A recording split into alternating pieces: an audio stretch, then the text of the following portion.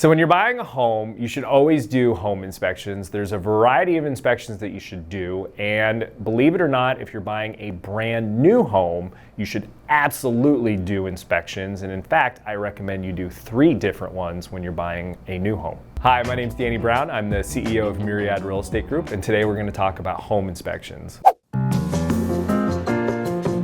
As it pertains to new construction, when they're building the house, you should do one before they put the drywall up. So this is called a pre-drywall inspection. So this is your one opportunity to make sure that all the electrical, plumbing, and mechanical are all done properly before the walls go up. It's really important to do this at that point, because once the walls are up, they cannot make any adjustments to the things inside the wall. So making sure you do a pre-drywall inspection is super important. Get some eyes on that, and it just gives you the peace of mind. The second inspection you want to do is right before closing. This is your very standard, typical home inspection. So the home inspector is going to get there. It's going to spend a couple of hours going through the property, checking everything out, making sure things are done properly. You typically get to do what's called a blue tape walkthrough, where you're looking for cosmetic imperfections. A good home inspector will help you with that as well. Keep in mind, with new construction, you think that the home should be perfect, but it is built by human beings, and human beings make mistakes. They have bad days. Building is very busy, and so a lot of the builders are outsourcing to other contractors that aren't employed by the builder.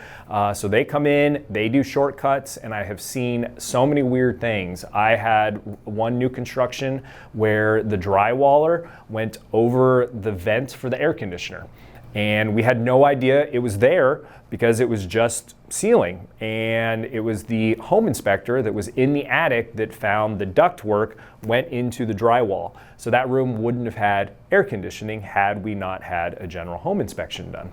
I've had some where builders forgot to paint eaves on the second story, and you wouldn't have found it unless you're up on the roof and could see it. You couldn't see it from the ground, so they found that.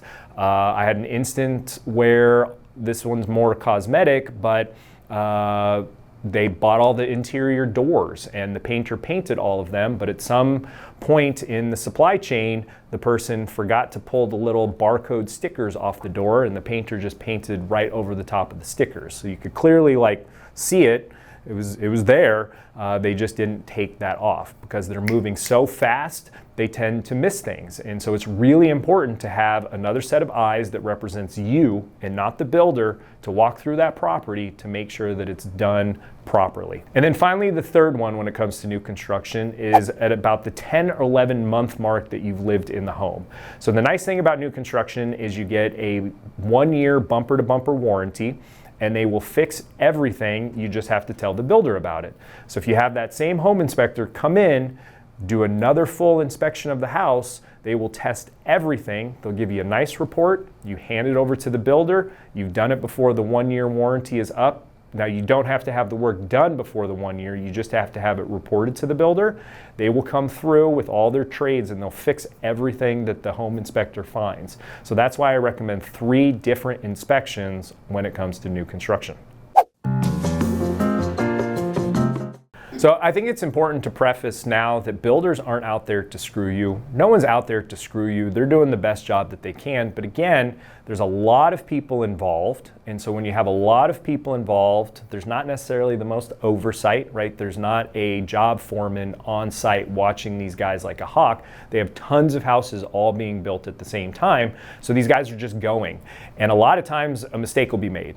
And then you think, well, there's city inspectors, they got to come through and inspect the property to make sure that it's sound. Well, sometimes these guys are so overworked, which happens a lot in bureaucracy, right? That they're hired by the city, they're overworked, there's not a lot of them. I've heard stories where they'll sometimes just drive through the neighborhood and they don't even get out of the car because they have so many that they have to look at. I don't think that that's the case right now, but that does happen. And so it's really important for you to have your own representation go through somebody who's actually working for you and has your interests at heart, inspect that property, because you're spending a lot of money. So if you're buying a resale home, you're still going to want to do a general home inspection. In fact, it's I mean, it's probably more important because the home has more wear and tear on it, but you're probably going to want to do more than just the general home inspection. So think of an inspector as a generalist, right? So they're going to inspect everything about the home, but only really kind of surface level things. If you're really wanting to get in deep, for our clients, we recommend a separate roof inspection. If it's older than 1980, we're having a plumber come out to scope the sewer lines to make sure that those are flowing, because that's when they change to a different type of product that doesn't really clog anymore. So we want to get a set of eyes from an expert on those sewer lines. We're in Phoenix. It's freaking hot outside, especially in the summertime. So we want to make sure those air conditioners are running really well. So I think that you want to get a HVAC person in to inspect the air conditioners. Your home inspector is just going to point a gun at the vents and they're going to test the air going in versus the air coming out, where an HVAC guy is actually going to hook up equipment to the air conditioner and give you a better sense of the health of that AC unit. And finally, if the home has a swimming pool, it might be warranted to have a pool expert come in to look at and test the equipment, especially if that equipment appears to be older and a little bit more run down. So your inspection period is 10 days. And typically what we'll do is we'll start with the general home inspection and then some of those more specific inspections depending on the age of the home. So we really tailor our recommendations to the house. And then my guys and myself were trained to look for other things. So are there items that we noticed when we were walking through the home where we might want to bring in somebody that has a specialty in that field, say structural cracks, for example. But use that general home inspection as a guide, and oftentimes the inspector will say, we found this, we recommend having a specialist come through. So using that report, working with your agent, then utilize bringing in other specialists outside of a plumber, a pool guy, a roofer, or an HVAC guy. So like an electrician, for example. I'm not going to have an electrician just come out to a house to do an inspection. I'm going to wait for the report to come back from the home inspector, because they're a generalist, remember. They're going to be able to look at the electrical panel and tell us if there's major deficiencies, and should we then have an electrician come out to then look at it. So use that inspection report as a jumping off point to find out if you need to have additional inspections done. The responsibility for all these inspections rely on you, the buyer. This is your due diligence period. I've had a lot of, I don't want to say lazy, but lazy agents. They will get their inspection report and they will put it back on the seller to do additional inspections. I think that that is a huge mistake, because as the buyer, you have no idea who they're hiring to come out and look at those things. You don't know what the reports are. There's too many issues when you shift that responsibility to someone else. This is your due diligence period. Take responsibility for it. Pay the fees to have the experts come out to make sure that you're not getting into a money pit.